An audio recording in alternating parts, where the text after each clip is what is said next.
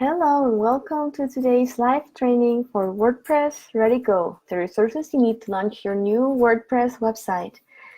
Well, I think we're ready to start. I've got the presentation up. I've got my water bottle because I feel like I'm going to do a lot of talking. And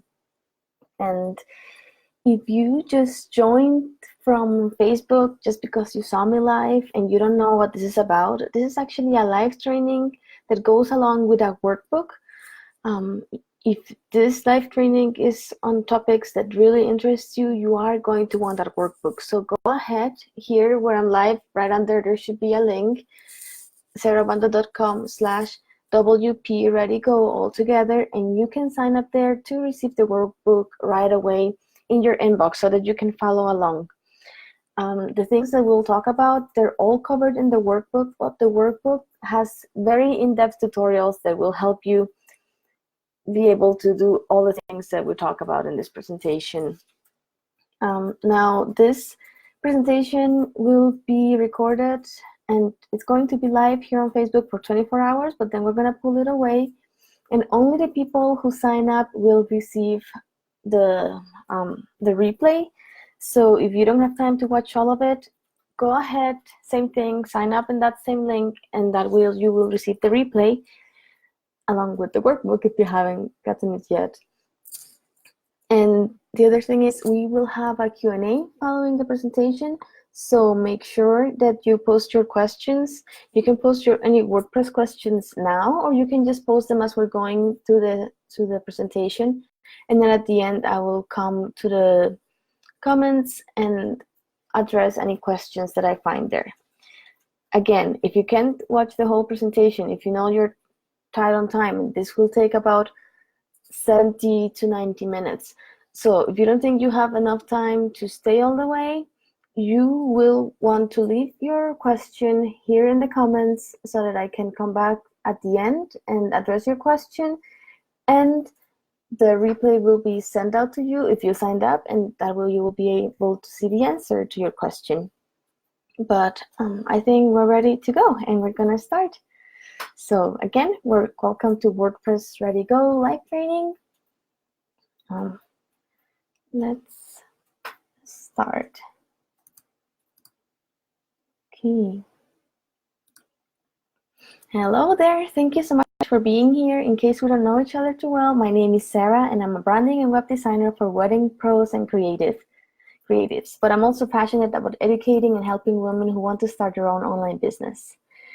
I am a nice Slytherin, Enneagram 2 Ring 3, and an advocate or INFJ in the Myers-Briggs personality type. I might only be slightly obsessed with personality tests. I was born in Costa Rica, but I currently live in Utah, where my husband is from, and we have a cute little doggy that you may see around if you follow me on Instagram. Today you actually will get to see her around there a lot, so if you love dogs as much as I do, you should follow me on Instagram. That's where you can follow me at Sarabanda.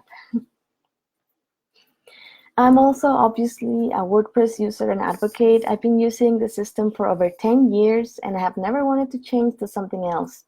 If you want to get in touch, you can visit me at sarabanda.com or email me at hello@sarabanda.com, and you can find me on Facebook and Instagram at Sara Obando Web, and Instagram is where I spend the most time. So if you want to catch up, if you want to get to know me, if you want to connect, that'd be the best place for that.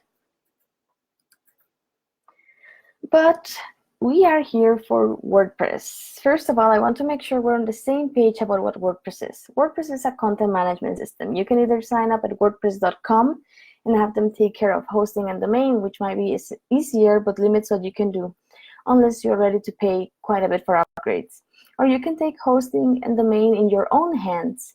It's really not as hard as you'd think, and self-host your own website running on WordPress, where the sky is the limit. So quick summary, there's WordPress.com, which is a page builder, and there's WordPress.org, which you have to host yourself, but it's amazing. This webinar is on the second one, the one based on WordPress.org. You don't even need to go to WordPress.org and download the system though, because most major hosting companies have a quick WordPress installation. Like, it's really just a matter of one click. If you want to understand more about domain and hosting, I have a blog post on that. So you can find it under sarabando.com/blog/hosting for creatives. I'm actually gonna put the link in the bio right now so that you can access it much quicker. I mean, not link in my bio. Man, I spent too much time on Instagram. Link in the comments there. So I just posted it.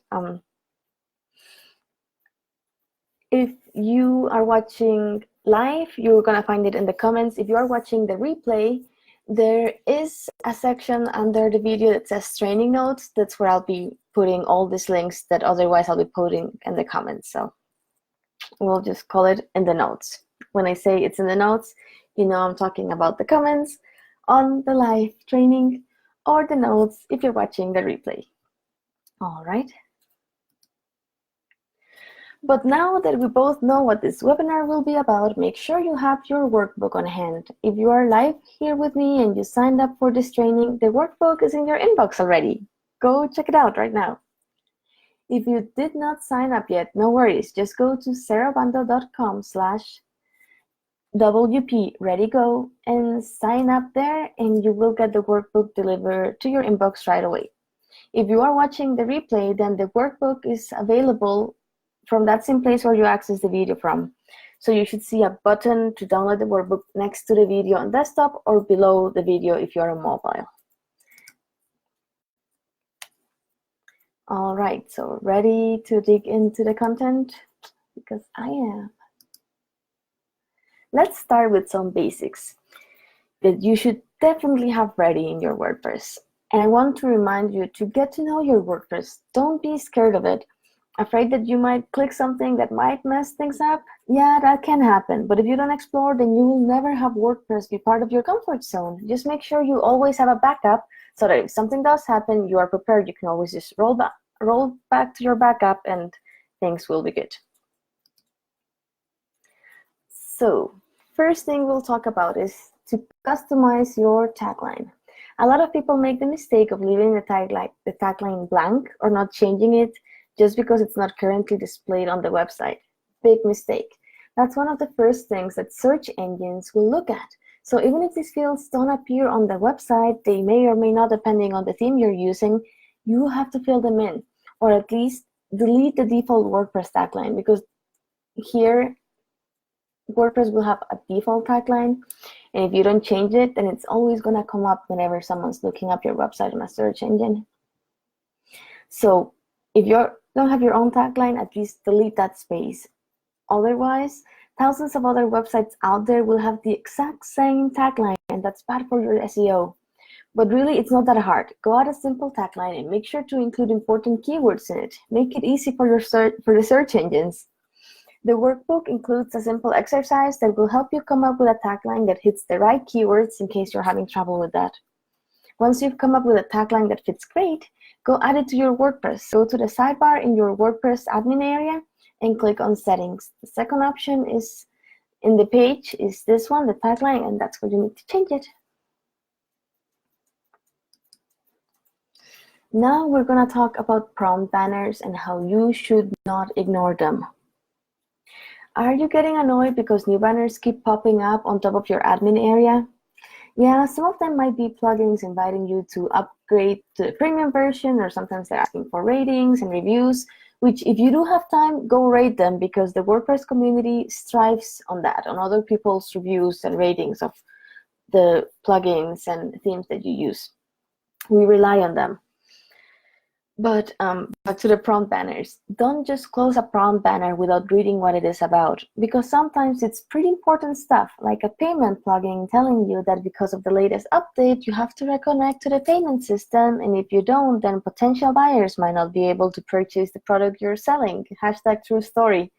This screenshot right here, that happened to me. I got that on a prompt banner, and like it says, in order to continue accepting payments, I have to disconnect and reconnect. So right now it was not accepting the payments. Luckily, I saw this prompt banner at once, took care of it, and so there was no loss. But that's why you have to make sure that you read them before you discard them.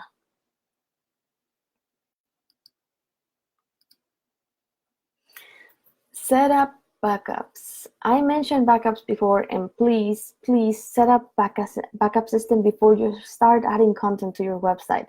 Learn from my mistakes. Years ago, little college Sarah was having a bad day, but I decided to work on my lifestyle blog anyways.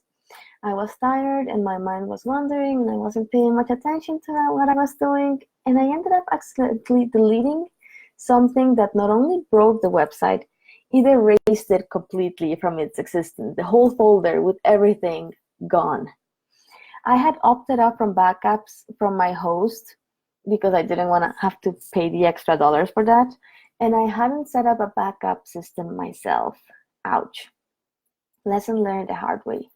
I was able to save some posts that I wrote first in my notes app, and many of the images were still somewhere on my computer, but I still lost a lot of content and a lot of work that I had put into the website. Never again. I paid for backups from my hosting provider the next day until I learned how to set up backups myself. Please, this is not one of those lessons that you need to live yourself to learn from it. You really should learn this from others. So I use BackWP app. This is how it's spelled, and it pretty much just means back WordPress app. And I use it because it connects fairly easy to my Dropbox, so it saves a backup there every week because that's how I set it up. And I've used this with other clients to also save on Dropbox and to save on the Amazon Web Services. So it's great because it's putting your backup somewhere else. If something happens to your whole hosting, that's okay. Your backup is saved somewhere else. If you want to use Google Drive, you can use Updraft Plus. I don't have as much experience with it, but I did set it up once and it works pretty good as well. Both are free options and have worked great for me. The Workbook has a detailed tutorial on how to use Back WordPress app to set up recurring automatic backups, so check it out if you haven't set up your automatic backups yet. That means that you don't have to do anything else other than just set it up and set up if you want it daily or weekly or monthly, and it's just gonna go and do it how you set it up. And if there's an error, it's gonna let you know so that you can go and fix it, but otherwise you don't have to worry about it, and it's always backing up your website.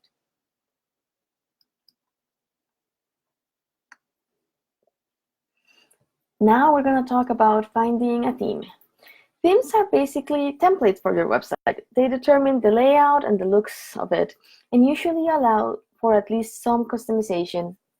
There are free themes and there are premium themes, and it can be really hard to decide what will work for you best. So if you're browsing around websites and suddenly feel you found one that has a theme that you would definitely love, try out some of these tools that I listed right here. What WordPress theme is that? Which you can find at that link. I'm gonna post them on the notes. And the WordPress theme detector. If the pages that you're looking at are running on WordPress, then these two websites will be able to tell you what theme they're using and even some of the plugins that are active on the website. I want to take a moment here to remind you that copying someone's website is illegal. There's nothing wrong with being inspired by it and finding out what theme they're using to get it yourself, but make sure that you're choosing different settings, different colors, and make it yours. Other website owners don't like finding out that someone copied them, so please don't. But yeah, the workbook has a very detailed breakdown on how to choose a theme. It has some exercises that will help you realize what kind of things you need to look for depending on your website and you want with it. So make sure to head over there and follow the instructions so that you know what you need and you can start looking for the theme that you want. Now we're going to talk about SSL. What is SSL? You might have heard these three letters thrown around, but do you know what it means? Have you ever visited a website and the browser says your connection to the site is not secure, or even worse, have you seen that on your own website? It's actually not as dangerous as it seems. It doesn't mean that there's a virus on the website and it will affect all the computers that access it. It actually looks a bit more dramatic than it is. But your visitors don't always know that. They will run away if they see that. SSL stands for Secure Sockets Layer, and it's a certificate that tells your visitors that they can safely share important information on your website. So if you have an online store, or if you have a community where users have to log in, or even if you collect email addresses, if you receive any type of information from your users, you need an SSL to provide a secure connection. If your website is just informational, would you still need an SSL? Back in the day, no. SSL has been around since the 90s, which probably makes it older than some of you. But there has been a recent push from search engines like Google for websites to provide secure connections, meaning that you will rank better on search engines if your website starts with HTTPS. The S is for secure. But because the internet is awesome, SSL is now provided for free by many domain and hosting providers. So if you don't have an SSL certificate yet, ask your provider about it. Once you have the certificate, you can double check if it works by accessing your website through the SSL checker. I'm sharing the link right now.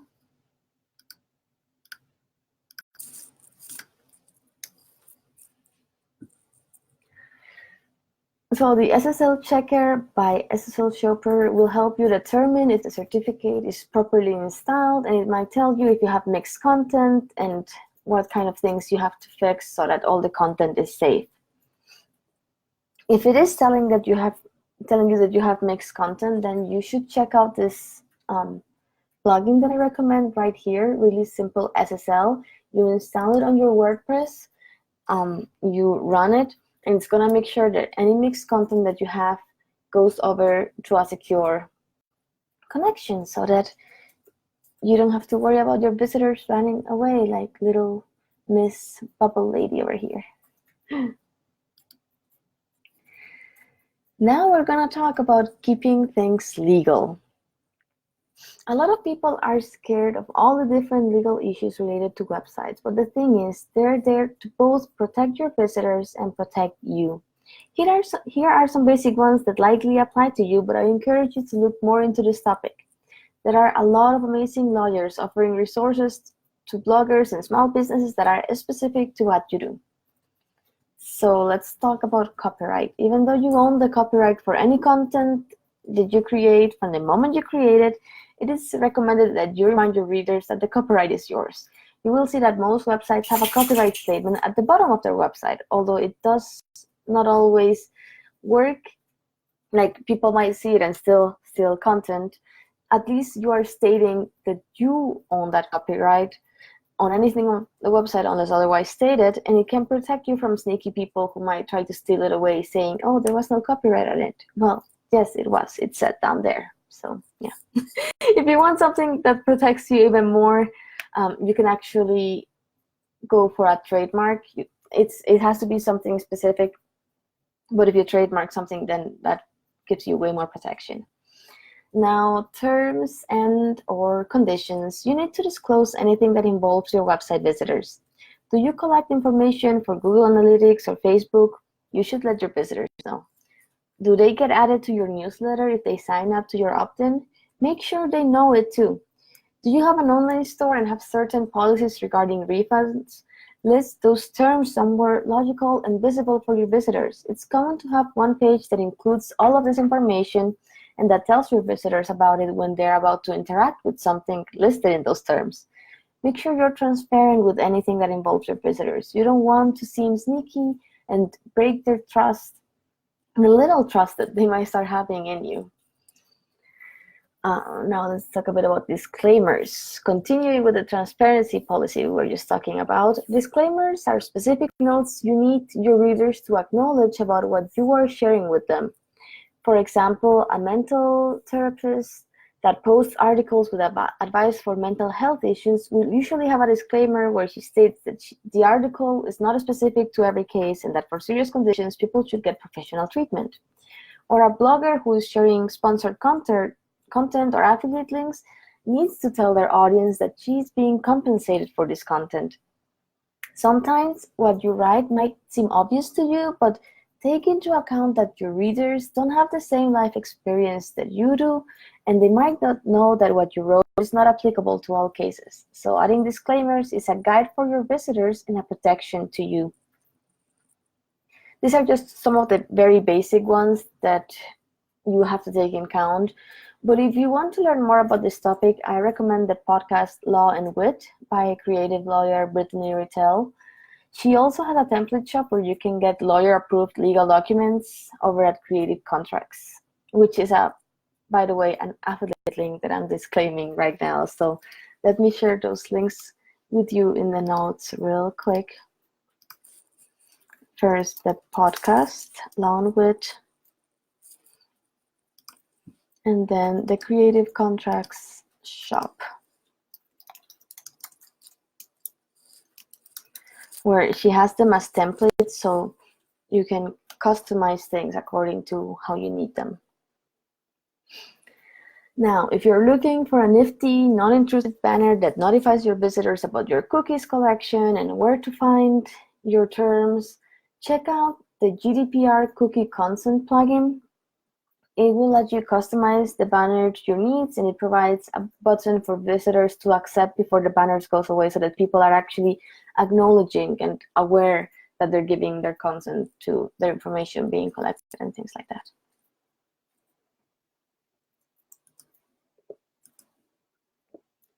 All right, now that you have a website that is properly set up with the basics and looks good and has a secure connection, let's dive into some main functionalities you want to take in account.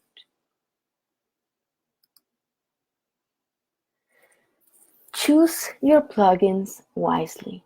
All the functionalities within a WordPress website come from plugins. There are thousands of plugins available for WordPress, but not all plugins are made or maintained equal. Some accidentally override code from other plugins, others have not been updated in a while and are not optimized for mobile, or worse, might create security concerns because of how outdated they are. For installing a plugin, look for ratings, active installations, and when it was last updated. Recommendations from others is often the way to go. So jump into a Facebook group of fellow online entrepreneurs or DM your friendly neighborhood web designer, that's me, and ask for recommendations. Just like with themes, there are many free plugins and there are many paid plugins. You can get by pretty well with free plugins for a standard website, and I always try to recommend free plugins when asked for referrals.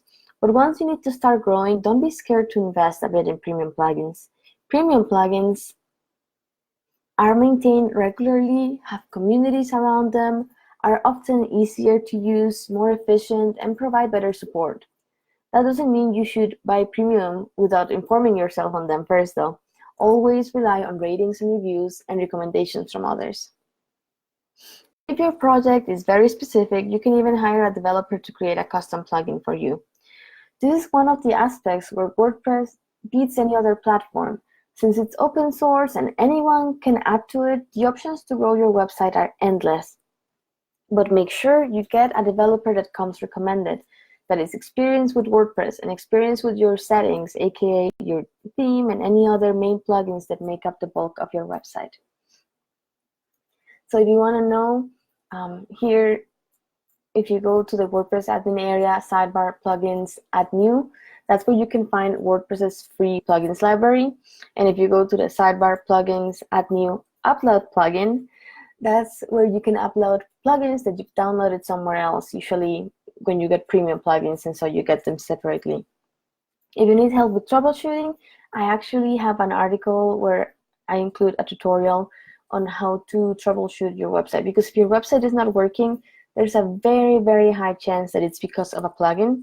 So with this tutorial, you will be able to figure out what plugin is causing the problem, and then you can either try to replace it with something else, or you can actually contact the support for that plugin so that they can help you with it. I just posted the link to the post in the notes. Get your stats.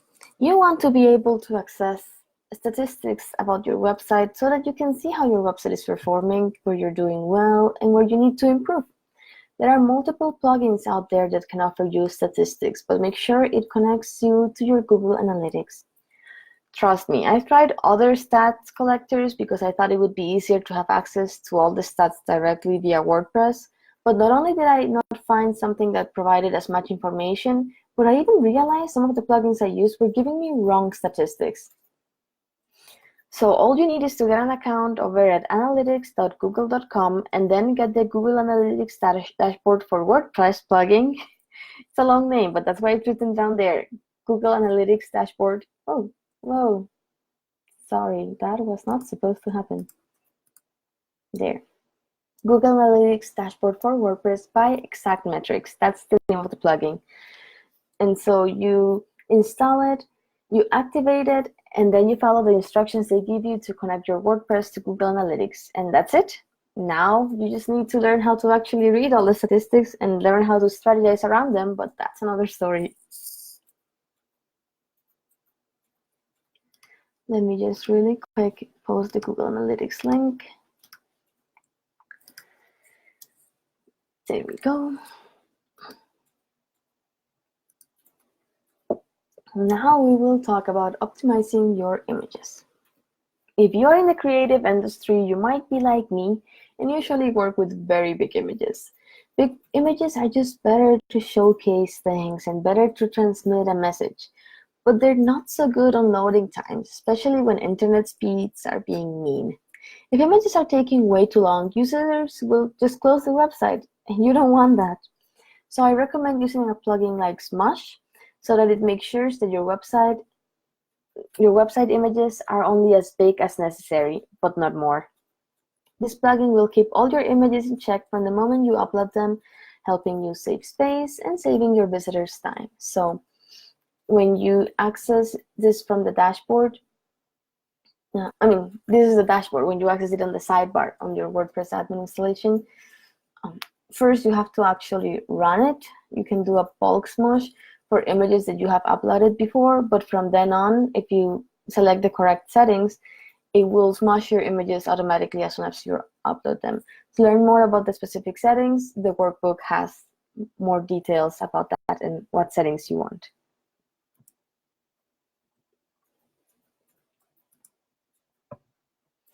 Okay, this is a long one, but a very important one. Be SEO friendly. We've talked about SEO quite a bit already here, and this is another three-letter word made of initials that you hear around quite a bit. Search engine optimization has become the secret of success of a lot of companies and bloggers. Some of you might think that you will worry about it later, that you're just starting your website and don't need something else on your to-do list. But trust me, starting to work on your SEO now will benefit your future immensely. Search engines not only look for keywords, they also look for the longevity of your website, the quality of the content, the accessibility of it, and more. So here are a few ways in which WordPress can help you optimize your content. First, I want to talk a bit about describing your images.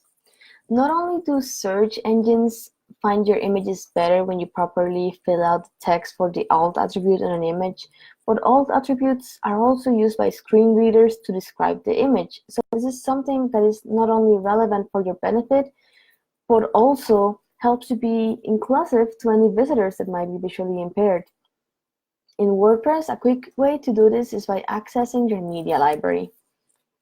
So your media library is just listed on your sidebar. Open the media library and click on the image that you want to edit, and it will pop up like in the screen here is showing right now. It's going to show you the image. That's one image that has a lot of images inside, but it's one image. And then your image information will be here to the right.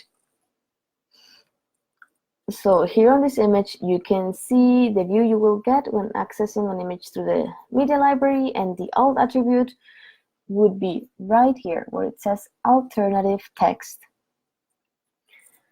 So go ahead and write the description there, and then click on the next button and do that to the next image, and so on and so on. Repeat the process through all your images, unless they are meant for decoration only. If it's like a divider or something like that, like a small image that doesn't really play a role into the content, then you can leave that empty, but otherwise fill it out.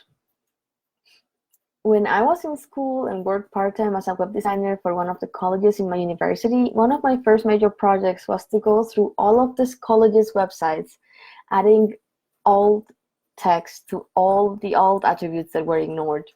With websites for all the departments, some of the classes and professors, many of the labs, and extra projects, we had over 100 websites.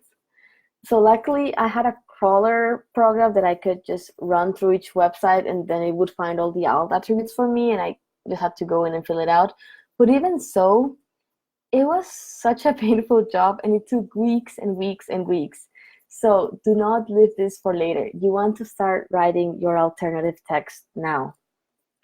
For a guide on what to write on your alternative text so that it helps you both with keywords but also with being descriptive as it needs to be, check out the workbook. We'll talk more about it there. And now I want to talk to you about the Yoast, I'm not sure how you pronounce it. I just call it Yoast SEO. This is one of my favorite plugins ever. Yoast SEO, oh, what am I saying now? Yoast SEO uses a street light system, red, orange, green. You can see the colors here. Red, orange, green. That show you a page or article's SEO potential. So red means it needs help. Orange means it needs some improvement, and green means it's good. Take into account that this is the free version of a program. This does not replace the help of an SEO professional, but it can help you improve your chances and improve your understanding of what works and what doesn't.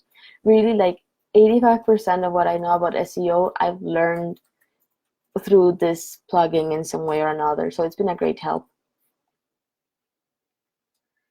When you are in the edit mode of a post or page in your website, Yoast SEO will be in a box under the content. The box looks just like this. So the content's gonna be here, and then underneath you're gonna find the Yoast SEO box.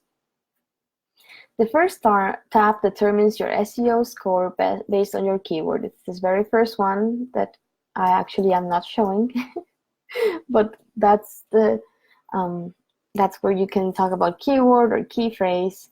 You can choose one and you can optimize the snippet, check out the preview to check how it will be displayed on mobile and desktop and on search engines. Now let me point out, this snippet is not only how it looks like on a search engine, it's also the text and the image that will be pulled when someone shares your link on social media. So that makes it double important. I have a tutorial on how to do this over in my blog. It's called How to Set Up Your Website's Review, and I will be posting it in the notes as right now. And so I talk a bit there about this SEO tab and how it helps you. Wait, did it? Okay, yes, it's posted there. The second tab, that's the one open in these images, is the readability tab. And it scores the content of the page or post. Remember, this is a machine, not a human, so it won't always be right. Take into account the advice it gives you and judge with your human reasoning if it makes sense for your content or not. Here on screen, I'm showing you an example of good SEO scoring and bad SEO scoring. This one's obviously really good SEO scoring, everything's green. And this one needs a lot of help. It only has 3 that are good, 1 that needs improvement, and then some other ones that are problematic. Now, my assistant is the one who posted this one. She's super thorough, and she made sure to score all the points. That's why I keep her around. There is also another tab here. This is for social media, and it has more options underneath with advanced settings. So I invite you to get the Yoast SEO plugin and play with it so that you learn a lot on how to improve your website to improve the SEO.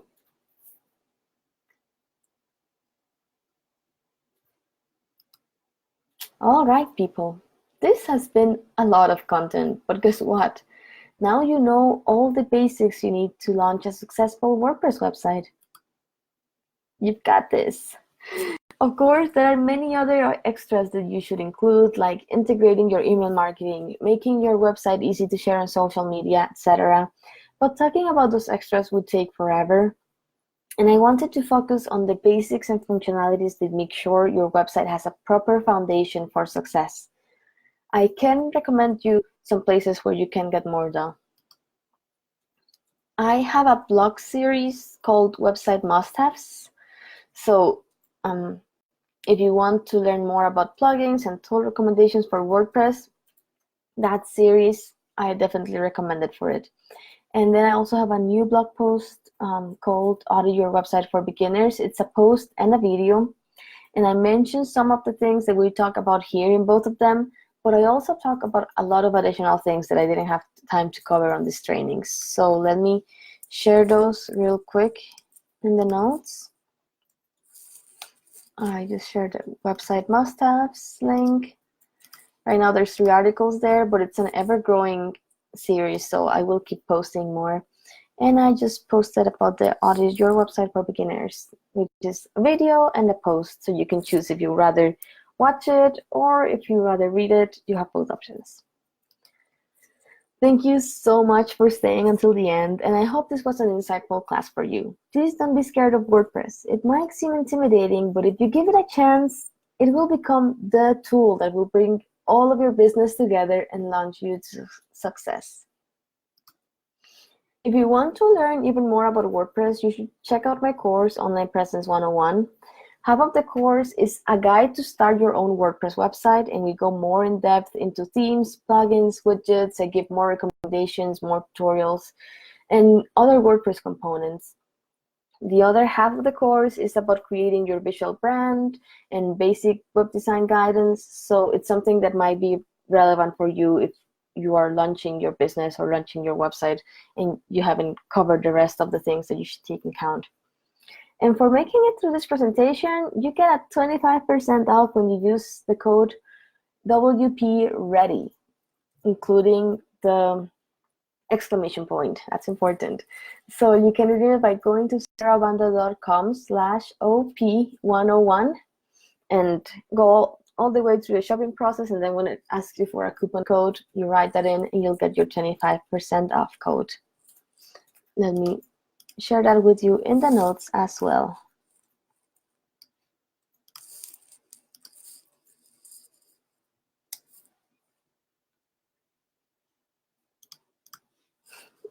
I shared the text and not the link.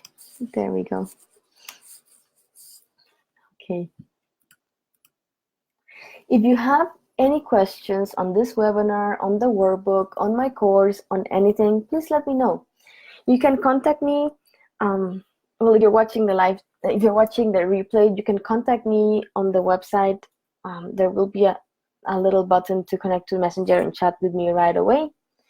Or you can email me at hello@sarabanda.com. Or you can just catch up with me on Instagram. That's where I hang out the most when it comes to social media. I come to Facebook for formal stuff like this, but for the fun stuff about business, you can find me on Instagram at sarabandaweb. So, but you can also text me through Facebook. Like, I'll see both messages either way.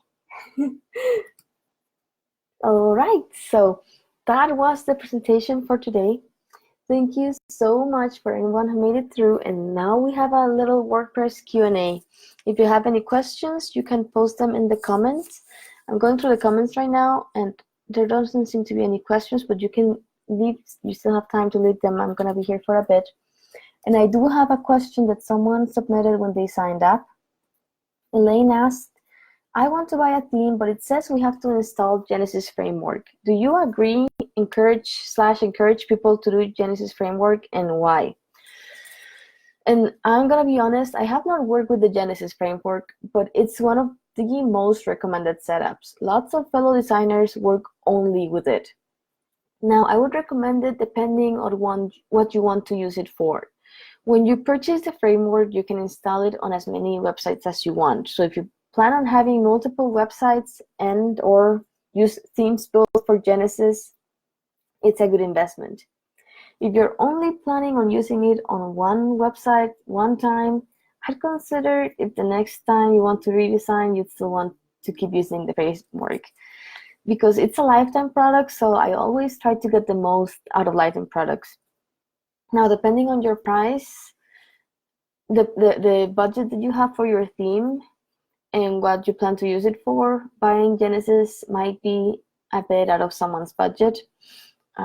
So in short, I'd say it's a bit overkill if it's just for a small project, but if it's within your budget and if it's for a bigger project, I totally recommend it, because the good thing with Genesis is that it's constantly updated to keep up with WordPress changes. It's got really good support. It's got a huge community, meaning it's easy to find tutorials online, and it plays well with third-party products. And whenever you find you have a problem, there are like hundreds of people out there who've had the same problem and have found a solution. So you can potentially get a lot out of it. But if it like plan on it, like if you're gonna get a Genesis framework, I personally would commit to it and just like decide that from now on I'm just mostly gonna use that so that I can make the best out of the money that I invested. Sounds good. I'm gonna check real quick to see if there's any emails, or because I told the people that couldn't make it live that they could just drop off their questions via email or via Instagram or so if they couldn't make it live, so that I could just answer it for them. I'm gonna check real quick to see if that's me on my phone talking. Ooh. Anyways, let's check real quick on Instagram.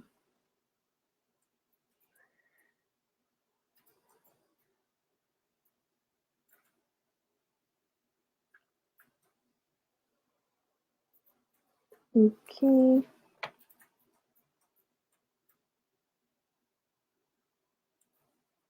So we don't seem to have any questions on social media or on my email box. So I think that's the only question we have right now, which means we'll be wrapping up. It's only 40 minutes in. I don't know if I just talk faster than I thought, or if I just really am bad at planning. I could have sworn this presentation was going to take like 70 minutes, and I was concerned about it, and I'm really glad that it did not.